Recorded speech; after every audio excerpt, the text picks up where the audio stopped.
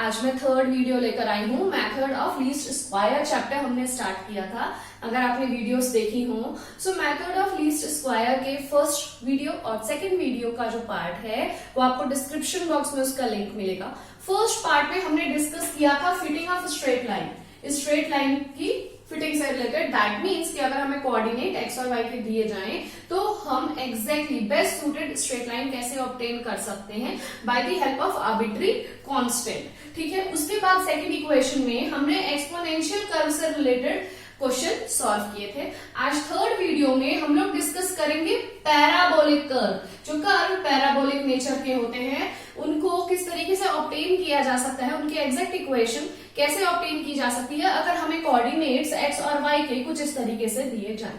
ठीक है स्टूडेंट, सो स्टार्ट करते हैं डायरेक्टली टॉपिक से। Okay, to fit the parabolic curve या पैराबोला। ओके, मैं ये रब कर देती हूँ। सो सबसे पहले हम इसका वर्किंग रूल डिस्कस करेंगे। वर्किंग रूल, आपको इक्वेशन ऑफ पैराबोला याद होगी, तो इक्वेशन ऑफ पैराबोला क्या होती है? Equation of parabola, equation of parabola को हम रिप्रेजेंट करते हैं y is equals to a plus b x plus c x square से। इसको मैं वन टर्म कर देती हूँ। ठीक है, मैंने आपको फर्स्ट वीडियो में बताया था कि जो भी स्ट्रेट लाइन की इक्वेशन हो उससे रिलेटेड हमें नॉर्मल इक्वेशंस ऑब्टेन करनी होती हैं। उन नॉर्मल इक्वेशंस के आर्बिट्री कांस्टेंट को ऑब्टेन करके हम फाइनल वैल्यू ऑफ इक्वेशन, जिसके लिए भी हम जिस भी कर्व के लिए बात कर रहे होते हैं उसको हम ऑब्टेन कर सकते हैं। तो हमें यहाँ पे भी वही करनी होगी। हमारी इक्वेशन ऑफ पैराबोला तो ये होती है, इसके लिए हमें नॉर्मल इक्वेशंस बनानी होंगी। So normal equations for equation 1 are, तो पहले समीशन से मल्टीप्लाई करेंगे। पहली नॉर्मल इक्वेशन बनेगी summation y is equals to, इधर भी समीशन से मल्टीप्लाई कर दिया मैंने, इधर भी समीशन से मल्टीप्लाई कर दिया। a को जब समीशन से करेंगे तो आप समीशन a नहीं लिखोगे क्योंकि कांस्टेंट वैल्यू है a, तो हम इसको लिखते हैं na। ठीक है, जो n होता है वो होता है आपका नंबर ऑफ वैल्यूज, x की कितनी वैल्यूज आपके पास है। ठीक है, सो n बताता है नंबर ऑफ वैल्यूज को। फाइन, अब b के में देखिए तो b आपने कॉमन बाहर निकाल दिया इस तरीके से। यहाँ पे आ जाएगा समीशन x प्लस c बाहर निकाल दिया, बन जाएगा समीशन एक्स स्क्वायर। ये आ गई पहली इक्वेशन, नॉर्मल इक्वेशन। ठीक है, इसी तरीके से अब इसी इक्वेशन को, या डायरेक्टली इसको देख लीजिए, इस इक्वेशन को हम x से मल्टीप्लाई करेंगे तो बन जाएगा summation x y is equals to, अब ये वाला चीज चेंज हो जाएगा, a बाहर आ जाएगा, बन जाएगा समीशन x प्लस b, यहाँ तो ऑलरेडी x था तो बन जाएगा x square plus c summation x का क्यूब। तो ये सेकंड इक्वेशन आ गई। ठीक है, अब थर्ड बनाते हैं, इसको दोबारा x से मल्टीप्लाई करिएगा तो हमें तीन नॉर्मल इक्वेशंस मिलेंगी। ठीक है स्टूडेंट, क्यों? क्योंकि हमारे पास थ्री कांस्टेंट है, a, b और c, हमारे पास थ्री कांस्टेंट है तो हमें थ्री इक्वेशंस मिलेंगी। आप देख सकते हो समीशन, अब x से मल्टीप्लाई करूंगी तो बन जाएगा summation x square y is equals to a summation x square plus b summation x cube plus c summation x to the power 4। ये हमें थर्ड इक्वेशन मिल गई। तो ये हमारी तीन नॉर्मल इक्वेशंस हो गई। जब इन नॉर्मल इक्वेशंस में हम इन सारी वैल्यूज को summation y summation x y summation x square y summation x square summation x cube summation x 4, इन वैल्यूज को जब पुट करेंगे, ये सारी वैल्यूज को पुट करेंगे तो हमें a, b और c कांस्टेंट जो है उनकी वैल्यूज ऑब्टेन हो जाएंगी। ठीक है स्टूडेंट, उनकी वैल्यूज ऑब्टेन हो जाएंगी इनको साइमल्टेनियसली सॉल्व करके। तो दो चीज है, एक तो पहले आपको ये वैल्यूज चाहिए जो समीशन वाली है, दूसरी चीज भी इनको आपको साइमल्टेनियसली सॉल्व करना होगा। तो आपको एबीसी कांस्टेंट मिलेंगे। एबीसी कांस्टेंट मिलने के बाद आप इन कांस्टेंट को इस इक्वेशन नंबर 1 में पुट करोगे तो आपको final value of parabolic curve obtain हो जाएगी। ठीक है स्टूडेंट, ये तो इसका एक वर्किंग रूल हो गया, डेरिवेशन इसका नहीं आता है एग्जाम में। ठीक है, तो हम इस तरीके से करेंगे। और स्टार्टिंग में जो पार्ट नंबर 1 वीडियो थी उसमें मैंने आपको स्ट्रेट लाइन से रिलेटेड कि किस तरीके से हम लोग यहाँ तक पहुंचते हैं इक्वेशन तक, और फिर ये सारा वर्क स्टार्ट होता है नॉर्मल इक्वेशंस का। और चैप्टर को मेथड ऑफ लीस्ट स्क्वायर क्यों कहा जाता है, क्यों हम इस चैप्टर को पढ़ते हैं, ये सब मैंने पार्ट 1 वाली वीडियो में बताया है। आप चाहे तो डिस्क्रिप्शन बॉक्स में वो वीडियो है, उसको देख के आप स्टडी कर सकते हैं। ठीक है, आई होप ये चीज क्लियर होगी। तो इन इक्वेशंस की मदद से और इस इक्वेशन की मदद से अब हम ये क्वेश्चन सॉल्व करेंगे। क्वेश्चन देखिए, मैंने यहाँ पे एक ही क्वेश्चन दो तरीके से लिखा है, ठीक है, कंफ्यूज मत होइएगा, एक ही मतलब है। मैं क्वेश्चन रीड करती हूँ। Employ the method of least square to fit a parabola. हमें पैराबोलिक कर्व की क्वेश्चन दी है इन द फॉलोइंग डेटा। इस डेटा के बारे में बात किया गया है। इस डेटा की मदद से हमें लीस्ट स्क्वायर मेथड को अप्लाई करके इस कर्व की वैल्यू को फाइंड करना है। इस कर्व की एग्जैक्ट जो इक्वेशन बनेगी उसको फाइंड करना है। दैट मीन्स कि कांस्टेंट की क्या क्या वैल्यूज हो सकती हैं, ठीक है ना। सेकेंड तरीका इस क्वेश्चन को पूछे जाने का ये है, fit second degree curve. Second degree curve क्यों है? क्योंकि देखिए यहाँ पे x की डिग्री 2 आई है मैक्स, ठीक है ना। Fit second degree curve of regression of y on x to the following data. Regression देख के कंफ्यूज मत होइएगा। यहाँ पे देखिए सेकेंड डिग्री कर्व के बारे में बात की गई है, तो इस तरीके का क्वेश्चन जब भी आए आपको method of least square he apply करना है स्टूडेंट, ठीक है। सेकेंड डिग्री कर्व के बारे में बात की गई है, तो ये लोग पैराबोलिक कर्व के बारे में बात कर रहे हैं। एक्स और वाई कोऑर्डिनेट्स की वैल्यूज हमें इस तरीके से दी गई, तो दोनों तरीके से ये क्वेश्चन पूछा जा सकता है। अब मैं यहाँ पे इसका सोल्यूशन स्टार्ट करती हूँ स्टूडेंट, आंसर। तो सबसे पहले आप वही लिखेंगे, इक्वेशन ऑफ पैराबोला कर्व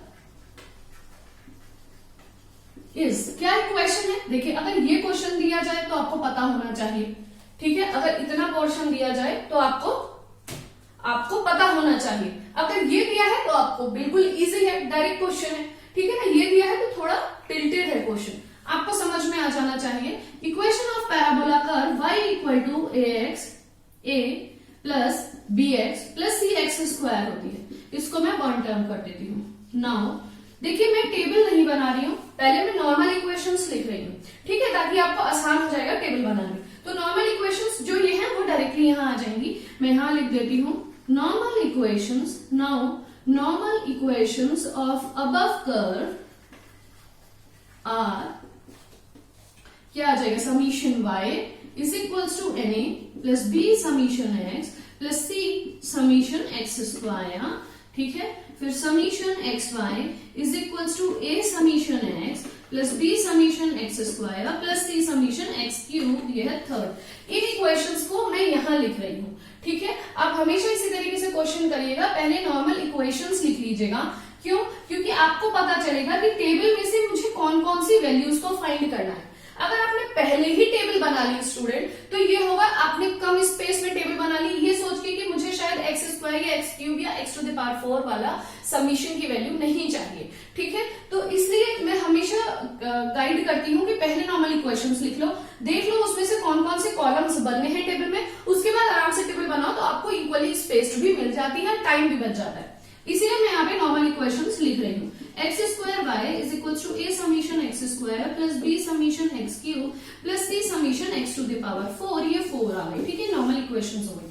अब देखिएगा हमारे कितने कॉलम उस टेबल में आने चाहिए, क्योंकि आप ध्यान से देख रहे हो कि हमें समीशन y चाहिए। समीशन y का मतलब क्या होता है? y की वैल्यूज का सम।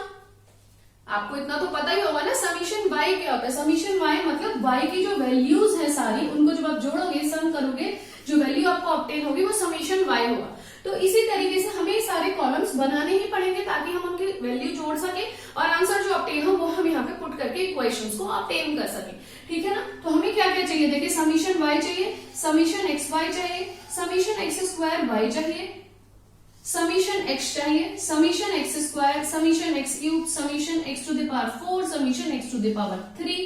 तो हमें कितने कॉलम्स बनाने? देखिए 1 2 3 4 5 6 7, हमें यहाँ पे स्टूडेंट 7 कॉलम्स बनाने हैं। तो मैं इस पोर्शन को रब कर देती हूँ, क्योंकि इस पोर्शन की अभी आपको कोई भी नीड नहीं है, मैं टेबल आपको बनाना यहाँ पे सिखा रही हूँ। तो इस पोर्शन को रब कर देते हैं स्टूडेंट, ठीक है। अब आप इस तरीके के और भी क्वेश्चंस जो आपकी बुक में दिए गए हों, आप उनको प्रैक्टिस कर सकते हैं। अगर आपको प्रॉब्लम हो तो आप मुझसे पूछ सकते हैं। देखिए x बन गया, y बन गया, इसके बाद x square x cube x 4 चाहिए, x square x cube x to the power 4 का कॉलम चाहिए, इसके बाद हमें एक्स वाई चाहिए और इसके बाद हमें एक्स स्क्वायर वाई चाहिए, ठीक है स्टूडेंट। तो इस तरीके से मैंने लिख दिया, ये आपकी चॉइस है। आप नॉर्मल इक्वेशन चाहे तो बाद में भी लिख सकते हैं या पहले भी लिख सकते हैं, ये डिपेंड कि आप किस तरीके से क्वेश्चन करना चाहते हैं स्टूडेंट, मैंने आपको बता दिया। अब यहाँ पे एक्स और वाई की वैल्यूज कॉपी हो जाएंगी। देखिए एक्स की वैल्यूज क्या है? -1 0 0 और 1। स्टूडेंट एक्चुअली मिस्टेक यही हो जाती है कि एग्जाम में हमारे पास टाइम तो होता है कम, क्वेश्चंस हमें ज्यादा करने होते हैं क्योंकि लेंथी क्वेश्चंस होते हैं, टाइम टेकिंग होता है, तो प्लीज ये वैल्यूज को जब भी लिखे इस तरीके की तो ध्यान से आप नोट करिएगा। सो -1 आ जाएगा, 0 0 1 0 0 1 आ जाएगा, ठीक है। 2 0 1 2 2 0 1 2, ठीक है। वैल्यूज बहुत ज्यादा डिफिकल्ट नहीं है, देखते हैं क्या आएंगी। एक्स स्क्वायर देखिए क्या आएगा 1 0 0 1, एक्स क्यूब क्या आएगा -1 0 0 1, x4 क्या आएगा 1 0 0 1। समीशन x हमें चाहिए तो कितना आएगा 0, समीशन y हमें चाहिए 2 4 5 6 सॉरी 2 3 4 5, समीशन y कितना आएगा 2 3 4 5, समीशन x स्क्वायर कितना आएगा देखिए 1 और 1 2, समीशन x क्यूब कितना आएगा -1 एंड -0, ठीक है। Summation x to the power 4 कितना आएगा 2। अब x y फाइंड करना है तो देखिए यहाँ पे है, ये है x और ये है y, तो -2 आ जाएगा, यहाँ पे आपके पास 0 आ जाएगा, यहाँ पे 0 आ जाएगा और यहाँ पे आ जाएगा 2। वैल्यू कितनी आ जाएगी समीशन x y की 0, ठीक है स्टूडेंट। इसी तरीके से समीशन x स्क्वायर y करना है तो आप देख सकते हो x स्क्वायर और y, सो 2 0 0 2 2 0 0 2, तो हमें मिल गई वैल्यू 4। अब देख सकते हो एक बार 2 0 0 2, ठीक है। अब ये सारी वैल्यूज हमें ऑब्टेन कर ली, इन वैल्यूज को हमें पुट करना है यहाँ पे नॉर्मल इक्वेशंस पे, तो मैं पुट कर दी हूँ। देखिए समीशन y की वैल्यू हमें क्या मिली है 5, तो 5 आ जाएगा, चाहे तो यहाँ लिख भी दीजिएगा। Now normal equations are as follows, आप लिख भी सकते हैं after putting the value of all these, थोड़ा लेंथी हो जाएगा। समीशन y की वैल्यू बन जाएगी 5 इक्वल टू n हमारे पास कितना है देखिए 1, कोई भी वैल्यू देख लीजिए 1 2 3 4, n की वैल्यू हमारे इस क्वेश्चन के लिए है 4। हमारे पास 4 ऑब्जर्वेशंस है, ठीक है, या 4 कोऑर्डिनेट्स की वैल्यू है, आप कुछ भी कह सकते हो, तो 4a प्लस b ऐसे ही रहेगा। समीशन x देखिए 0 है तो 0 आ जाएगा, plus c summation x square देखिए क्या है 2, ठीक है। इसी तरीके से इसको 2c भी आप लिख सकते हो तो थोड़ा सही रहेगा, इसे 4a लिख लिया, इसे चाहे तो आप बाद में हटा दीजिएगा। समीशन x y 0 है equal to a summation x, a summation x आपका कितना है 0 plus b summation x square, b यहां लिख देते हैं, समीशन x स्क्वायर की वैल्यू हो गई 2 plus c summation x cube, c लिख देते हैं, समीशन x क्यूब की वैल्यू हो गई 0, ठीक है। तो आप इसको और इसको भी हटा सकते हैं। Summation x square y 4 equal to a summation x square, summation x square है आपका 2 plus b summation x cube 0 plus c, ठीक है स्टूडेंट, ये b है, c summation x to the power 4, x to the power 4 2, तो ये हमारे पास equations आ रही हैं, ठीक है, नॉर्मल इक्वेशंस। अब मैं इसमें से यहाँ ये हटा सकती हूँ तो मेरे को और आसान हो जाएगा, प्लस 2c लिख सकती हूँ। देखिए यहाँ पे 0 a भी हटा दीजिए, 2 भी निकाल दीजिए, ये भी हटा दीजिए और ये भी हटा दीजिए, तो इस तरीके से 2c लिख सकते हैं। तो देखिए ये इक्वेशंस हमारे पास आई है स्टूडेंट। फाइनल इक्वेशन से हमें एबीसी ऑब्टेन करना है। Now to find a comma b comma c, तो देखिए डायरेक्टली इस इक्वेशन में से b की वैल्यू हमें क्या मिल गई 0। यहाँ पे हम कोई भी इक्वेशन में b नहीं है, देखो दोनों ac में, इनको सॉल्व कर लीजिए।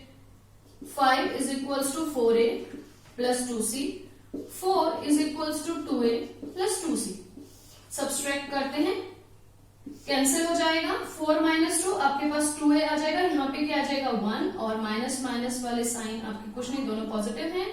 a की वैल्यू आ जाएगी आपकी 0.5 क्योंकि 1/2 होगा, ठीक है। a की वैल्यू 0.5 आ गई, पुट कर दीजिए किसी में भी, इसमें पुट कर देते हैं। 4 is equals to 2 into 0.5 plus 2c student, ठीक है। अब 0.5 आपका कितना हो जाएगा 1, so 4 minus 1 by 2 is equals to c, तो क्या होगा 3/2, तो c की वैल्यू आ जाएगी 1.5। आई होप स्टूडेंट दिख रहा होगा, c की वैल्यू 1.5, ठीक है, तो मैं यहाँ पे ये इक्वेशंस हटा देती हूँ, आंसर लिखते हैं। देखिए बी हमें मिल गया 0, ए हमें मिल गया 1.5, सी हमें मिल गया 1.5। ठीक है, ये बी है, ये सी है और ये ए है स्टूडेंट। पैराबोलिक कर्व की क्वेश्चन ये थी, पुट करिए value y is equals to a था 0.5 प्लस बी था हमारा 0x प्लस सी था हमारा 1.5x स्क्वायर। इसको परफेक्टली आप लिखेंगे तो y is equals to 0.5 plus 1.5x square, ये आपका फाइनल आंसर होगा स्टूडेंट। ठीक है, तो आप देख सकते हो एक बार। ठीक है, ये आपका फाइनल आंसर होगा। ठीक है, तो यहाँ पे मैं एक बार बता देती हूँ, हमें क्वेश्चन दिया गया था। क्वेश्चन को मैंने दो तरीके से लिखा है, एक ये तरीका है जिसमें आपको क्लियर समझ में आ रहा है, एक ये तरीका है जिसमें थोड़ा बहुत ट्विस्टेड है क्वेश्चन। यहाँ पे कोऑर्डिनेट्स की वैल्यूज हमें ऑब्जर्वेशन दी गई है एक्स और वाई की। ओके, हमने समझा इसका वर्किंग रूल जो मैंने आपको पहले समझाया था, फिर हमने ये क्वेश्चन सॉल्व किया। हमें पैराबोलिक कर्व की एक आर्बिट्री इक्वेशन, एक प्रॉपर इक्वेशन दी गई थी आप कह सकते हो, लेकिन उसमें आर्बिट्री कॉन्स्टेंट्स की वैल्यूज हमें ऑब्टेन करनी थी। इस एक्स और वाई कोऑर्डिनेट की वैल्यूज की हेल्प से हमने फाइंड किया। यहाँ पे हमने टेबल बनाई, हमने नॉर्मल इक्वेशंस को प्रॉपर फॉर्म में लिखा, समीशन एक्स वाई इन सब की वैल्यूज को पुट करके उन इक्वेशंस को हमने सॉल्व किया। तो हमें ए बी और सी कांस्टेंट की वैल्यू स्टूडेंट ऑब्टेन हो गई। इससे हमें फाइनल वैल्यू अपने पैराबोलिक कर्व की मिल गई। आई होप स्टूडेंट ये वीडियो आपको अच्छी लगे। इस तरीके की आपको और भी कोई वीडियो पढ़नी हो या पर्टिकुलर टॉपिक स्टडी करना हो तो आप कमेंट के द्वारा मुझे बता सकते हैं। मेरे channel online tutorial bye Vaishali को क्लासमेट्स के साथ भी शेयर करिए और आप खुद भी चैनल को सब्सक्राइब करिए। Okay, so till then, goodbye and take care and thanks for watching.